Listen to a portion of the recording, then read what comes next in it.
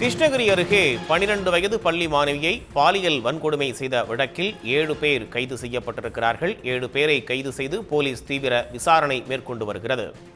பள்ளி மாணவியை பாலியல் வன்கொடுமை செய்ய வழக்கில் நாம் தமிழர் கட்சி முன்னாள் நிர்வாகி சிவராமனை பிடிக்க தனிப்படை அமைக்கப்பட்டிருக்கிறது. சிவராமன் மீது போக்சோ சட்டத்தின் கீழ் வழக்கு பதிவு செய்திருக்கிறது போலீஸ். கிருஷ்ணகிரி அருகே 12 வயது பள்ளி மாணவியை பாலியல் வன்கொடுமை செய்த வழக்கில் 7 பேர் கைது செய்யப்பட்டுள்ளார்கள். கூடுதல் விவரங்களை வழங்குவதற்காக செய்தியாளர் விஜயபிரபாகரன் இணைகிறார். கூடுதல் விவரங்கள். கண்டிப்பாக. அதாவது கிருஷ்ணகிரி மாவட்டம் பர்கூர் அருகே உள்ள தனியார் பள்ளியில் கடந்த 5ஆம் தேதி முதல் 9ஆம் தேதி வரை தேசிய மாணவர் படை பயிற்சி முகாம் நடைபெற்றது. இந்த முகாமில் 17 மாணவிகள் கலந்து கொண்டுள்ளனர். அந்த மாணவிகள் அனைவரும் பள்ளியில் உள்ள ஆடிட்டோரியத்தில் உறங்கி முகாமில் கலந்து கொண்டுள்ளனர்.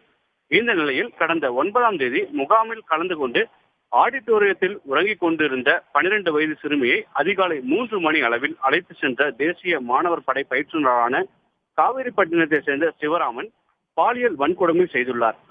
அந்த மாணவி தனக்கு நேர்ந்த கொடுமை குறித்து பள்ளியின் ஆசிரியர் மற்றும் முதல்வரிடம் புகார் அளித்துள்ளார். அதற்கு பள்ளியின் முதல்வர் சதீஷ்குமார் இந்த சம்பவத்தை பெரிதுபடுத்த வேண்டாம், இதனால் உங்கள் பெற்றோர் வேதனை அடைவார்கள் என கூறி அனுப்பி வைத்துள்ளார். இதனையடுத்து கடந்த 16ஆம் தேதி மாணவிக்கு உடல்நிலை பாதிக்கப்பட்ட நிலையில் தனக்கு நேர்ந்த கொடுமை பற்றி மாணவி தனது பெற்றோரிடம் தெரிவித்துள்ளார். உடனடியாக மாணவியின் தாயார் தனது மகளை கிருஷ்ணகிரி அரசு மருத்துவக் கல்லூரி மருத்துவமனையில் சிகிச்சைக்கு அனுமதித்து சோதனை செய்த போது மாணவி பாலியல் வன்கொடுமைக்கு ஆளானது தெரிய வந்தது.